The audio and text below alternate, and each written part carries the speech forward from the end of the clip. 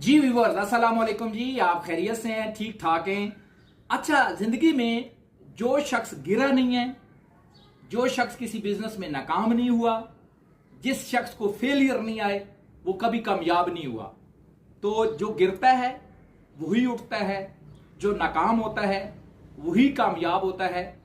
तो यकीनन वो लोग आज जिंदगी में सक्सेसफुल लोग हैं जिन्होंने आगाज में, शुरुआत में, बिगनिंग में नाकामियों का सामना किया है।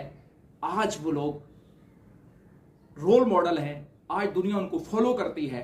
उसकी बड़ी वजह यह है कि हर स्टार्टिंग में, हर आगाज में, हर शुरुआत में रिजेक्शंस आती हैं, फेलियर्स आते हैं।